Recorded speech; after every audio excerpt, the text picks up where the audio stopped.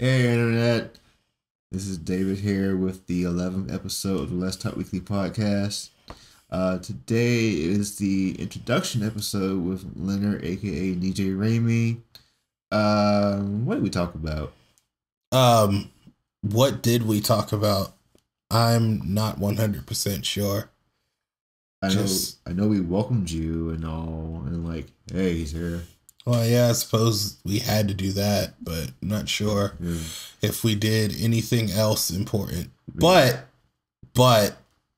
we did record it, so And I know we talked about a lot of things about how to make the world a better place. I remember that, and yeah, all the secrets of how to save the world are included in this podcast today. what heroes are the best. Yes. Yeah, listen out for that one. Okay. With all that being said, we hope that you enjoy this episode, and please let us know what you think in the comments and share it with your friends. Later. Later.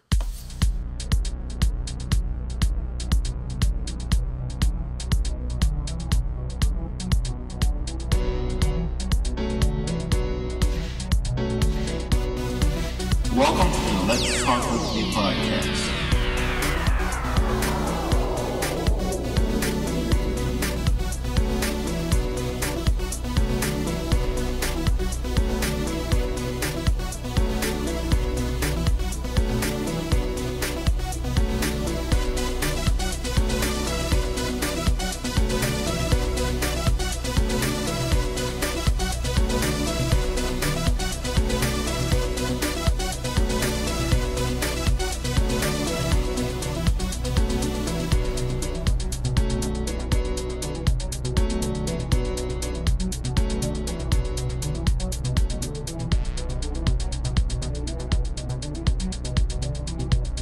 So, hey guys, hey Internet.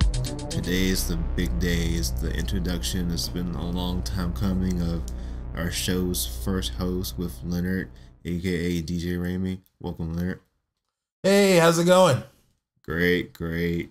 I know you had you on before when we did our long 2-hour Doctor Who conversation, but we can finally say extend a welcome to you. So the floor is yours. The floor is mine. Okay, well, Tell us about yourself. yeah, I suppose that's a good way to start. Well, my full name is Leonard Edmund Flanoy Jr. I was born in New Jersey, but I've lived in North Carolina my entire life. I do music. I have my artist moniker, which is DJ Reimei. And, hopefully you'll hear some of that music soon on here or on the radio or on TV or in movies or in the next Grammy Award ceremony or Some video games. some video games or all over the world in front of like hundreds of thousands of fans screaming everywhere. Everywhere. Taking over the world with my sound. Anyway, I digress.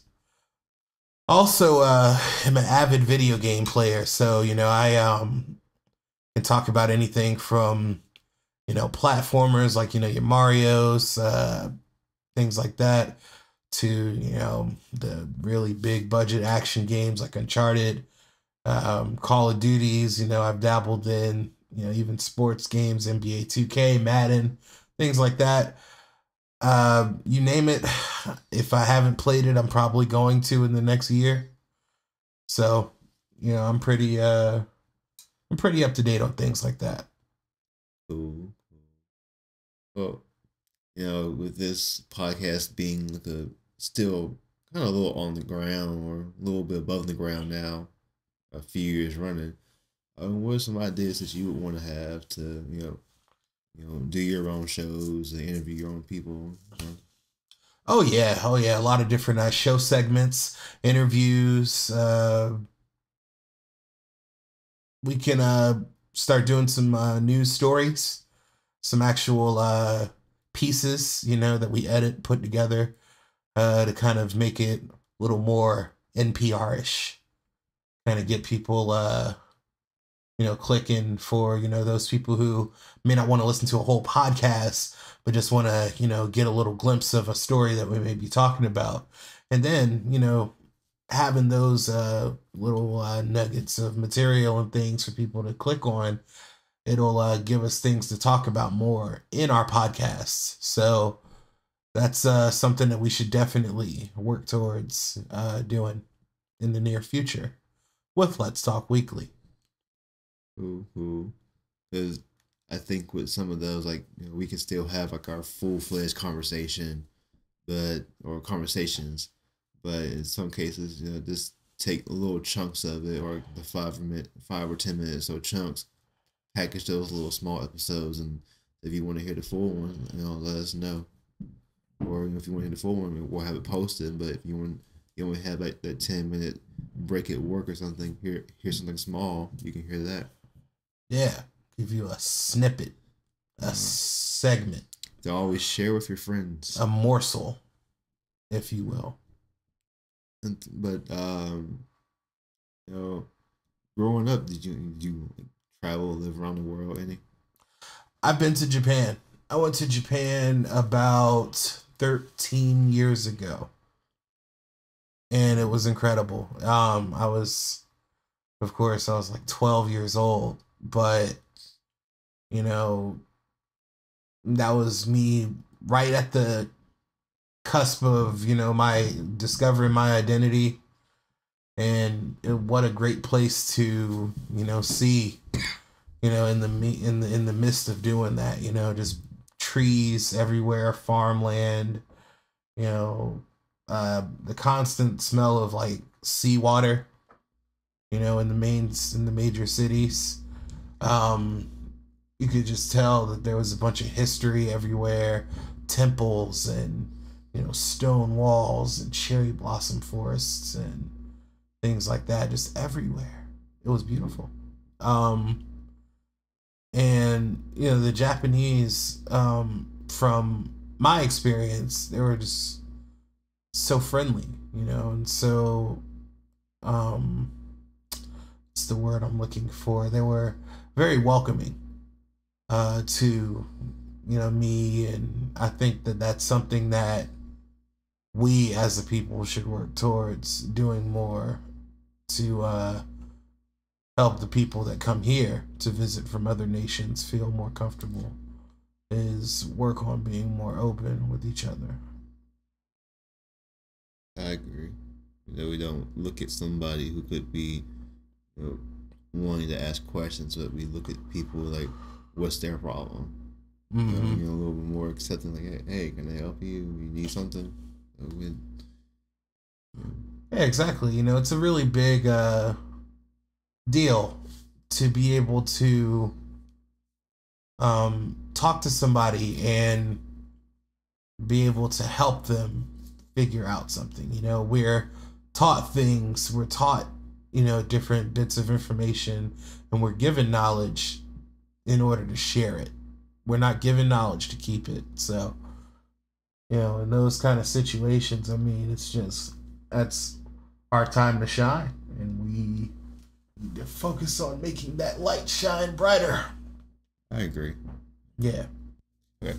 So, I know I mentioned earlier that I had you on in the Doctor Who episode we did, which was the season 1 finale. Indeed. Yes. Yeah. Let's talk about that again a little bit. We've had the 50th anniversary. We've had the Christmas episode, which was awesome. Yes, that's it. We're not gonna sugarcoat any of it. Yeah, but we had the previous conversation. We were kind of speculating what was season 7 going to be, and who was the new companion Claire going to be like. How are we going to see Amy and Rory leave? I believe. Internet, correct me if I'm wrong. But we've gone through all that. We now know who the 12th Doctor is. Mr. Peter Capaldi. Yes, and we've now seen the picture of his uniform, which is awesome. Yeah, it is. Like I like the red on the inside of the jacket, and I like the whole black boots thing, like almost like kind of combat bootish. Looks kind of dope. Just even his pose just kind of seems really nice. Like it just seems like it's gonna be pretty fun. Like he seems like he's gonna be even more doctory, like moving in the right direction that Matt Smith steered the character previously. So I can't wait to see his interpretation. Right, and I must say, spoiler, and I'll repeat again, spoiler for those of you who have not caught up at all. That's your final warning. Okay, so with that being said, again, spoiler. He is technically number 13, and somebody did a great job of explaining the chart of why he's number 13 and everything. When it makes perfect sense. Uh, you know, since the show is kind of a little bit being now a little rewritten. I mean, the whole rules of it have changed, and we can have a whole new set of regenerations. So, where do you think the show could go from here? I mean, we know Gallifrey is out there now. It's been locked away, and we'll find it at some point. I feel like that would be one of the things that 12 would want to do. And he'll want to go find Gallifrey, and then I feel like what'll happen is that he'll eventually come across it, and then I feel like something tragic is going to happen. Like he may never be able to go back after he finds it this next time. Or maybe, the whole frozen in time thing will affect the Time Lords adversely and cause something dire to happen in that sense too. So, I mean, it really is it's a toss up. True. I mean, when we saw in the Christmas episode where the crack in time was Gallifrey calling out, and the Gallifreyans were the ones who gave him the regenerative powers again. So that kickstarted his body over. So, they are out there. They're paying attention, and they've been paying attention. But we just now learned all that. But it's. There is something working on. There is something in the emotion, in the shadows, if you will, that hopefully we'll find out when the show comes back in August. What else do you think? Well, one thing I'm looking forward to is seeing what changes he's going to make to the TARDIS, and also want to see what Clara's actual involvement will be with this Doctor. It was so centered around the actions of the 11th previously. I mean, well, she, was the impossible girl who traveled through the entire past of the Doctor and, was there for all the important moments. But this is a whole new journey for her. This is a Doctor that she does not know. Right. And she has to get to know him. And I just feel like that'll be interesting. True. I mean, you think about Eccleston and David Tennant, when the first companion that we saw was Rose, and she got to know Eccleston's Doctor, and then had to sit there and just learn the new David Tennant's Doctor. So it's kind of interesting to see, will it be similar? Will it be different? But Clara seems to be someone who kind of takes it a little bit more quicker, and it's kind of easy to say, snap to it, I got it, let's go.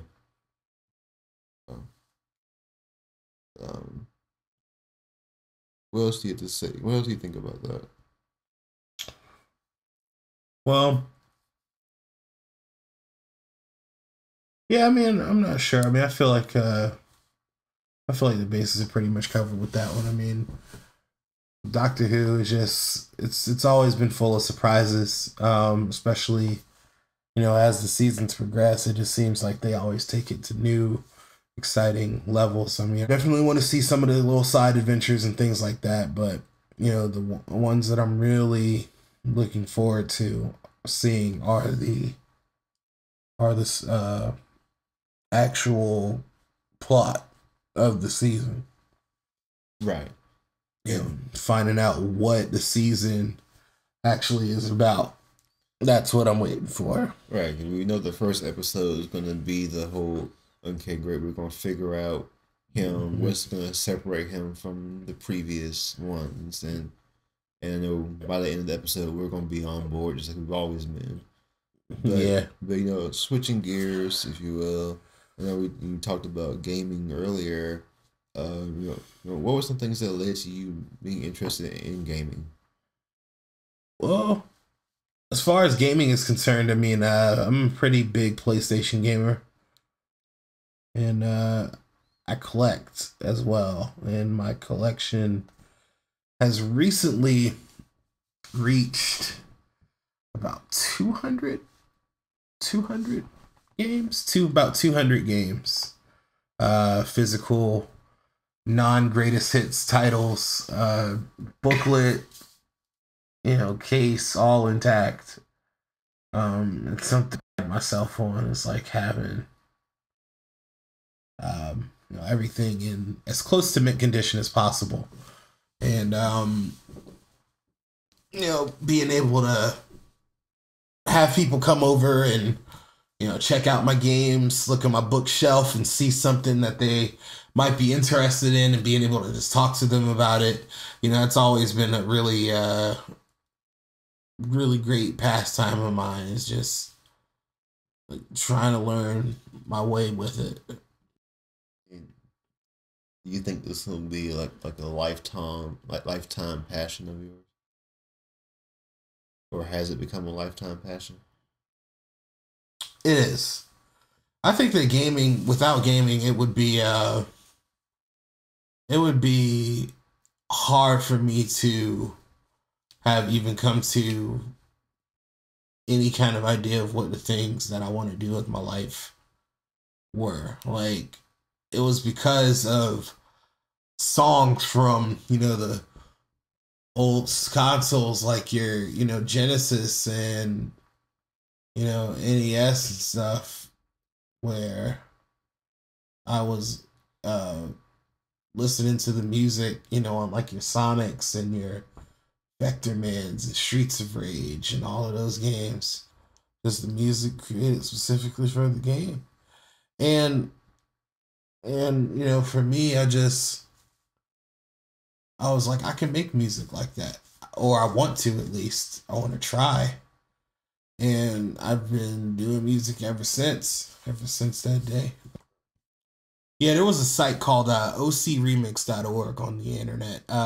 It's still up there, actually. They have been running for over 10 years, and they've grown from being just a small community where people went and they remixed their favorite game songs to actually being well known amongst actual big name game developers in the industry, like Capcom, who actually recently used the OC Remix website to provide the entire soundtrack to their Street Fighter Turbo HD Remix game that came out a couple years back. But it wasn't a Street Fighter song that actually got me inspired. It was a song from Sonic that was a remix to Marble Zone. There was a guy named DJ Pretzel who did this remix called Love Hurts. And it was this real jazzy kind of melody. And that's when I decided, I was like, I can do that myself. I can make this kind of music, and I can, maybe one day put it on that site and, see if people would like my stuff too. And and at first I was trying to remake, game music and things like that, but it didn't really pan out, because I was really more interested in making my own music. So I just went ahead and just went down that road, making my own stuff. It's been a real long process getting to the point where I am with my music making abilities.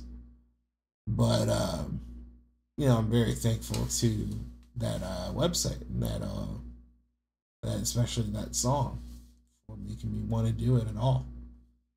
And what would you, in like on a small segue, what would you say about people who take it upon themselves to learn different skills, like you, like learn to create music, learning to shoot and edit video, and sometimes dabbling in music just for myself. But say the people out there who want to do these things that you're doing and other people are doing, what kind of advice would you give them? Well, advice I would give somebody is to continue to try until whatever you're making looks or sounds like what you want it to sound like. A lot of people got it wrong. There's a saying that people have where it's like, everybody can't be a singer, everybody can't be a rapper, everybody can't be a producer, basketball player, whatever. But the truth is, not that everyone can't be it, because you can do whatever you want to do. It's just that not everyone wants to be it, and they don't realize it until it's too late. If you want something bad enough, you have to be willing to go further than everyone else has gone. And just because you don't know now doesn't mean you won't know later. That's true. I agree. And I think in terms of your creativity, I mean, what did you think of when you first started creating your music? And you think you would still be doing it nowadays?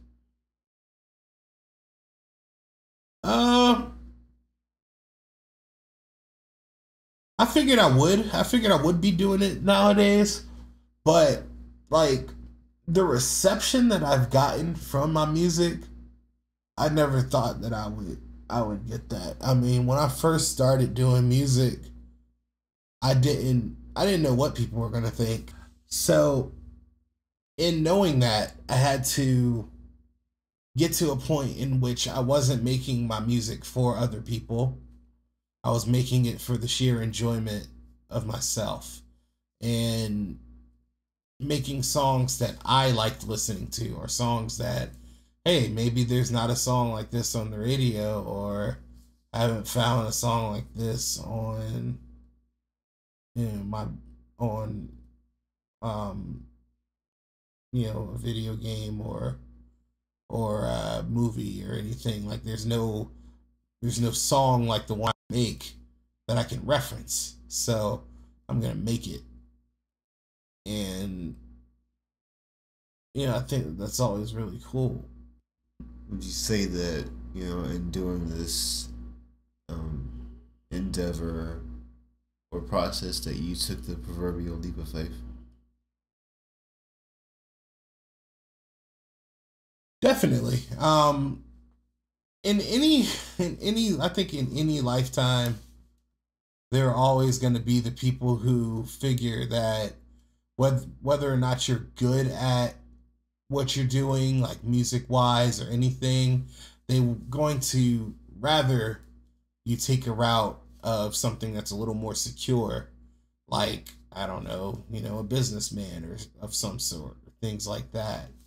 But unfortunately, as time continues to progress, it seems like more and more of those positions and things are slowly getting out of reach.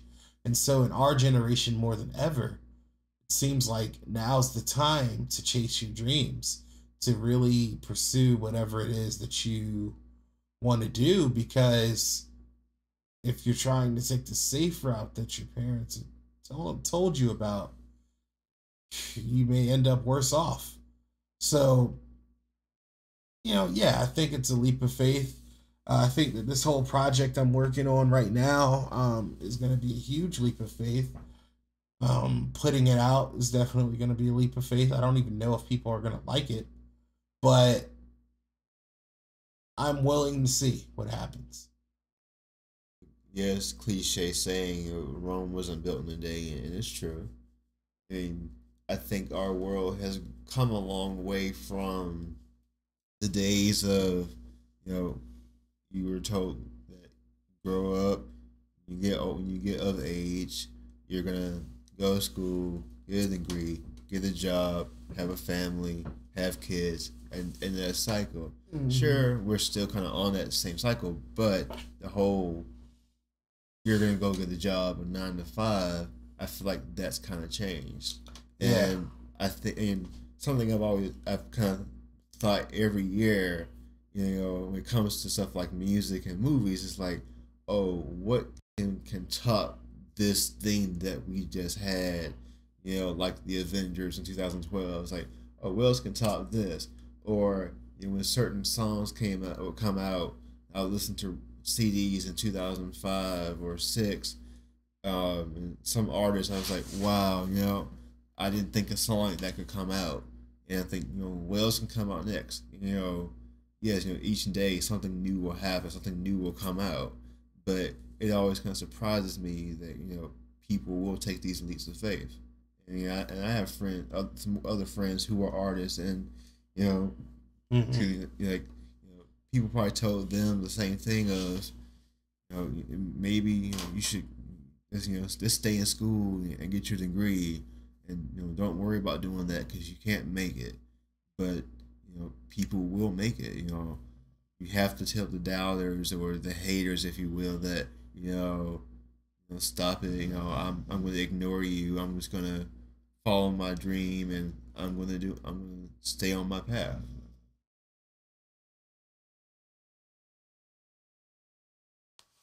Well, yeah, I mean, because it's really it's really hard to it's really hard to stay on your path, like, and continue when you have like a lot of people just on your back, like, do this, do that, do this, do that.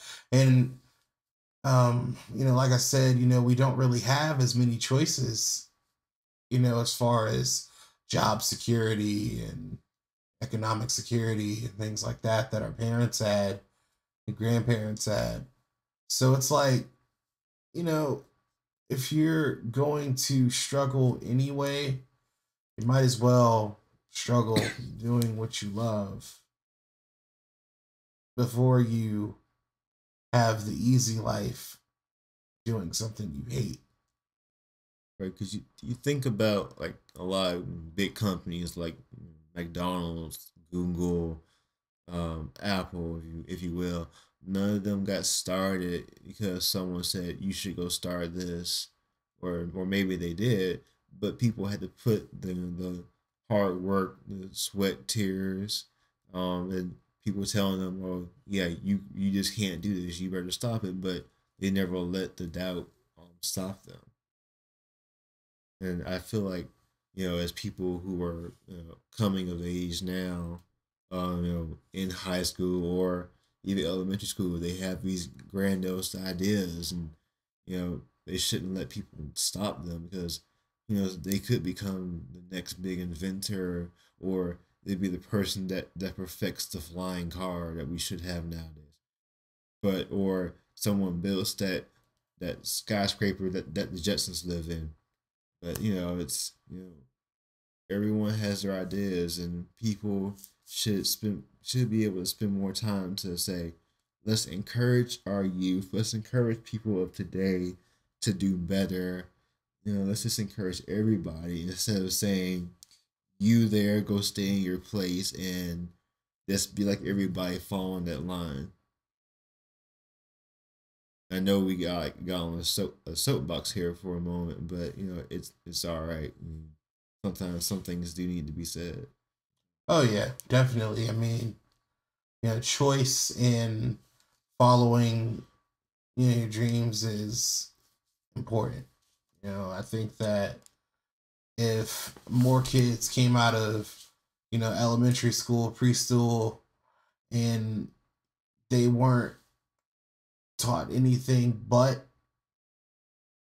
their dreams and how to follow their dreams, then we would have more people that are just absolutely happy. And just keeping in line with what we're saying, I was very fortunate enough and lucky enough to meet Chris Hardwick, at Nerdist on Twitter, founder of Nerdist Industries, Nerdist Network, all that. But he had a comedy show here in November, and after the show, I met with him, got him to sign his book, and just talking to him, and told him that he was one of the people that influenced me to start this podcast, and just give me advice. He said, one thing that you can do, being that this is the internet, you don't have to worry about a time frame. You can record as many as you want to, do it as long as it makes you happy, and that kind of gave me the little push I was looking for to say, I really want to continue doing this. Although I haven't done that many, but it made me think about this did start out as like a passion project, and it's grown from its beginning days, just starting a mini website, but to kind of get that push from, I guess, someone you kind of look up to, kind of inspires you. It feels like I can do this. And then I tweeted to him later on that night, and he wrote back and said, just continue with it. Good luck with things. And I haven't spoken to him since then, but I might tweet him one day and say, I did start it back up. It took me a few months, but this is gonna keep going. And I know, with his company, it started because he was looking for something to do that he didn't have to do the 9 to 5 thing that we were talking about. So everybody is creative. It's we all have our own niches, Mm-hmm. but wherever direction you want to take in your life, or whatever path you want to go on, an adventure or whatever, or scientist, creator of means, enjoy it. And with that note, is there anything else you want to share with the world about who you are, so they can get to know more about Leonard? Well, yeah, kind of piggybacking off of the whole creativity thing. I mean, I wholeheartedly believe that creativity is key. I mean that with all my heart. I mean, it's just a lot of people tend to try to do what everybody else is doing, and we've become a society that kind of follows trends, of oh, we like this, we don't like this, we care about this, we don't care about this. And honestly, the best content, the best things that are being made nowadays are from the people who just kind of set themselves apart from all of that and just go with this is what makes me happy, and they create that and they just put it out for the whole world to see. I think there needs to be a return to that mindset for not just a small number of us, but for society as a whole. If we had that kind of power, as far as our minds just having the capabilities of doing whatever we put it to, or believing that we could put our minds to and create anything, just think of all the great things that would, exist today. I'm pretty sure, back in the 60s and stuff, when they looked at 2014, they believed that we would be just a little bit further than we are now, just as far as our development. And I think that if we can, take a step back, look at, okay, this is what we should be doing. This is what we should build off of, for the remainder of this decade. We could, really have some awesome new ideas that can, finally be brought to light just off of creativity, just off of allowing your creativity to just run wild. That's true. But yeah, so I mean, we're definitely going to be trying to do a lot of creative things here at Let's Talk Weekly from now on. So, yeah. And with that being said, we thank you all for listening to today's episode, and please comment in the comment section below, share us with your friends, follow us on Twitter at Let's Talk Weekly, LETSTALKWEEKLY.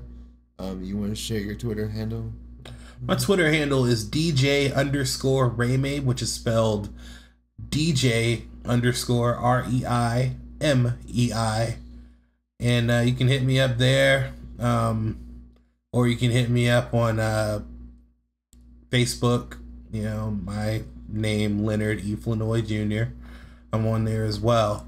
And, I'm all for some new friends, new messages, things like that. So, definitely don't be a stranger. With that being said, we'll see you on next time. Later.